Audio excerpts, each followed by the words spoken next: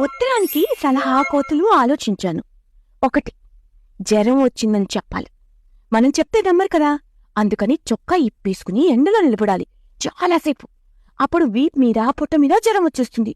అప్పుడు పరిగెట్టుకుని అమ్మ దగ్గరికి వెళ్తూనే, అమ్మాయి జ్వరం కబకబా చూడు, బళ్ళోకి వెళ్ళొద్దని చెప్పు అని అరవాలన్నమాట. లేకపోతే జ్వరం చల్లారిపోతుంది. ఇలాంటి దానికి బామ్మ చెప్పిస్తే చాలు. అప్పుడు బామ్మే అందరికీ చెప్తుంది. 2. కొంచెం మంది పిల్లలు కడుపు నొప్పి అని అంటారు కానీ అది మంచిది కాదులే. 2 సార్లు 10 సార్లు అయ్యాక అమ్మ వాళ్ళు కారపు సాచేగోడీలు పకోడీలు చేసుకుని మనకి పెట్టకుండా తినేస్తారు. అందుకని తలనొప్పి అన్నిటికన్నా మంచిది.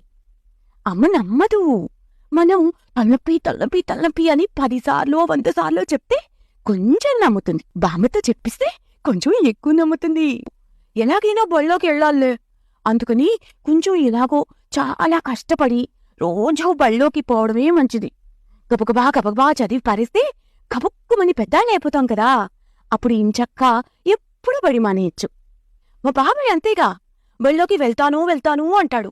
బామ్మ నాన్న ఇంకా చాలే ఆఫీస్కెళ్ళిపో అంటారు. పెద్దవాళ్ళెప్పుడు ఇంతే.